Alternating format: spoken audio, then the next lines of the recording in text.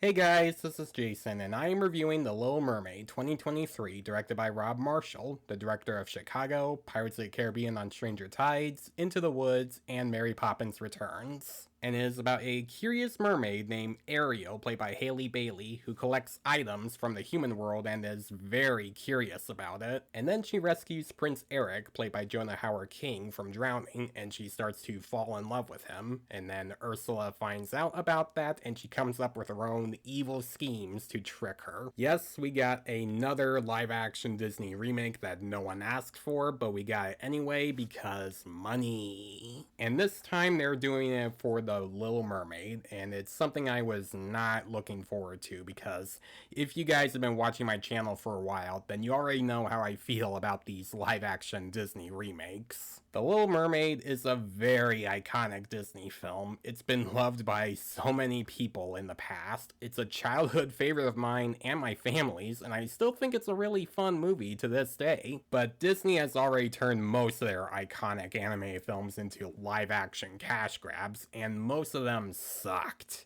And of course, it was inevitable for The Little Mermaid to get a live-action remake. Now, did this one turn out as bad as the others? Actually, no, it's not terrible. I mean, it's still not great, it still has a lot of issues, but I'm not gonna get to them right now, but I'm surprised to say that this movie is actually okay. Halle Bailey is good as Ariel. She felt like the character from the animated film. She's very naive and curious, and the way she sings in this film, beautiful. It's definitely one of the best parts of the film, and it's definitely something Ariel is known for having in the animated film. I thought most of the acting was pretty decent, although some of them can be a little bland at times. Like, unfortunately for me, I thought Javier Bardem was pretty bland as King Triton. He doesn't show a lot of emotion or sympathy throughout the film like he did in the animated film, which is very unfortunate because I'm a fan of Javier Bardem as an actor. I think he's phenomenal. No Country for Old Men, Skyfall, he is very talented, but unfortunately I just didn't feel his performance as Triton that much. But I thought the rest of the acting was pretty good. Like, I like Jonah Hauer King was pretty good, and I thought Mellessa McCarthy was fine as Ursula, and I'll talk more about her later. The songs in this film are pretty okay. They're not great, but they're alright, even though most of these songs are just songs from the original animated film, which were great from the start. But the newer songs they came up with,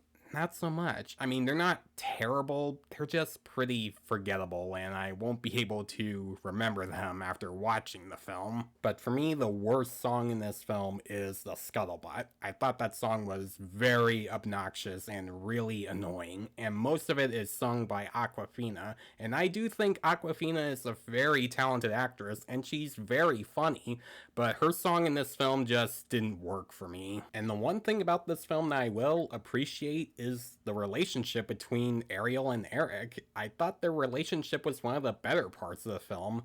They show a little bit more of how their relationship blossoms throughout the film, and I thought both Hauer King and Bailey did a pretty good job with their chemistry. Speaking of Eric, this movie does attempt to flesh him out a bit. Like, it shows what he wants in his life and what his dreams are, and it actually makes him a bit of a compelling character. I thought the CGI was decent. It's not great, it's not some of the best I've seen all year, but it's pretty decent. But there were still some parts in the CG that didn't really work for me, like with Sebastian, Scuttle, and Flounder. Like, with those characters, that's where the CGI looked terrifying to me. Like, they're supposed to look realistic, but they still act like the characters from the animated film, and this movie proves that mixing both realism and cartoony humor into these CGI characters just don't mix well. They just make it feel more creepy to see. Like, just have fun watching them sing Kiss the Girl halfway into the film after they get under the tree like they did in the animated film. Now, despite the fact that I still thought that this movie was okay,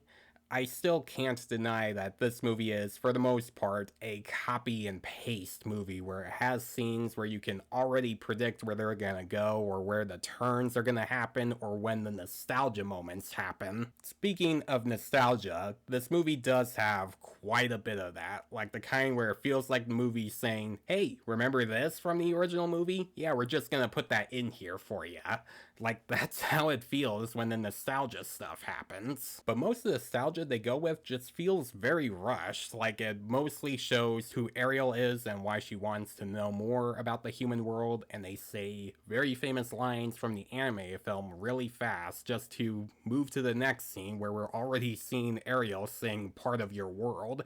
Like, it's really that rushed. And that's pretty much the same issue I had with most of these live action Disney remakes. Like, the Aladdin remake had a lot of nostalgic moments that didn't feel like its own film, or the live action Beauty and the Beast remake didn't feel like its own film either because it had a lot of nostalgia, and especially the Lion King remake that didn't feel like its own film at all. That movie was just 99% a copy and paste movie. This movie is also 2 hours and 15 minutes, and sometimes you can feel it. Sometimes you can feel the time dragging in a few scenes, and I think this movie should have been a little bit shorter, like maybe just an hour and 40 minutes. The songs also don't have any of that awe or energy like the original film did. Like, when you look at the Under the Sea sequence in this film, it doesn't really have that much like singing and dancing or playing instruments. It just has a lot of swimming and moving around and having Sebastian do all of the singing work with Ariel as his backup singer. Now let's talk more about Ursula. Despite the fact that I still thought McCarthy did a pretty decent job as the character, and she did have a few chuckles with some of her humor in the film, but she's mostly just there to give exposition and explain more of why she hates Triton so much, and you really don't feel any of that emotion or hatred from her. Just like the remakes, this movie does play it safe. Like, if you're expecting Ursula to turn mer people into these creepy little worm things, or Sebastian running into the chef's kitchen and seeing all of those dead fish, yeah, don't expect any of that in this remake. This movie completely removes all of the dark stuff from that film. Like the one scene where King Triton is destroying Ariel's grotto, it's not red or destructive like it was in the original film. He just destroys like a few things in her grotto and Eric's statue, and that's it. There's really nothing else that makes this scene more destructive. The Little Mermaid may be one of the better live-action Disney remakes with good acting, some good CGI, and decent songs, and a relationship that made this movie feel like it was giving it its own identity, but it's still plagued with most of the issues that we've seen in the other live-action Disney remakes, like a copy-and-paste story, iffy CGI characters, exposition that doesn't need to be there, forgettable and bad new songs, and nostalgia that, for the most part, doesn't make it feel like its own film. If you want to watch a live action take on The Little Mermaid, then at least give it one watch. This movie is decent enough for just one watch, and even though I definitely prefer the animated film over this, at least this one didn't turn out as bad as I thought it was gonna be. I'm gonna give The Little Mermaid 2023 a C+. So guys, if you have seen the live action Little Mermaid, what did you think about it, either in theaters or at home on Disney Plus? Did you think it's a great remake and maybe it's better than the original? Or did you think this movie was boring and dull and one of the worst remakes of all time? Let me know in the comments below. Also, let me know which version do you prefer. Do you prefer the animated film or the live action film? Let me know that one in the comments below. And as always, if you like this review, please leave a like and subscribe to my channel so you don't miss a thing, because it makes my channel grow. Hit the notification bell so you know what other videos I'm posting. Follow me on Facebook, Twitter, and Instagram. Thanks for watching, guys, and I'll see you in the next one.